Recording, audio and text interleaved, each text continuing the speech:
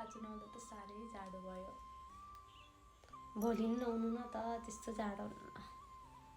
छ्या नुहाउँदिनँ यो जाडोमा दिनदिनै म त।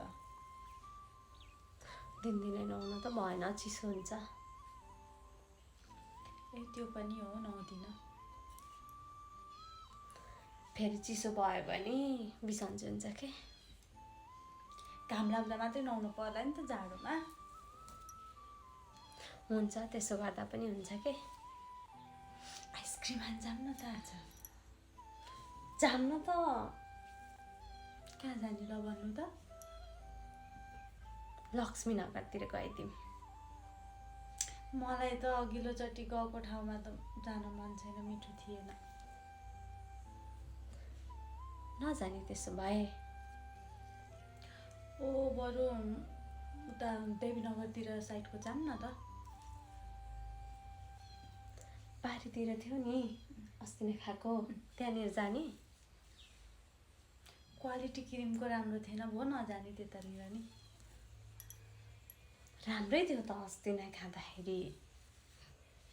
सधैँभरि नहुन नि सक्छ, कहिले मिठो कहिले नमिठो हुन्छ। त्यहाँ ठिकै ठिकै हो के रे, त्यताभन्दा उता राम्रो हुन्छ के। उतै जाऊँ न त, के भयो र। भो नजाऊँ भो उता। वाइ किन नजाने फेरि यत्रो बेर प्लान गराएर त। एक्स छ के मेरो त्यता, त्यही भएर। ए मैले मामालाई भनिदिन्छु अब यो कुरा। जेब्रा झोला बोकेर उताबाट गइदिन्छु म। भो जानु पर्दैन, म भन्दिनँ।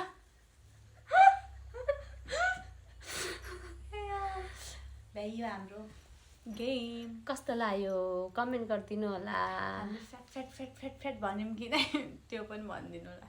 तर भने जस्तो लाग्छ के अरे। कस्तो हुन्छ प्रतिक्रिया दिनु। By by by by.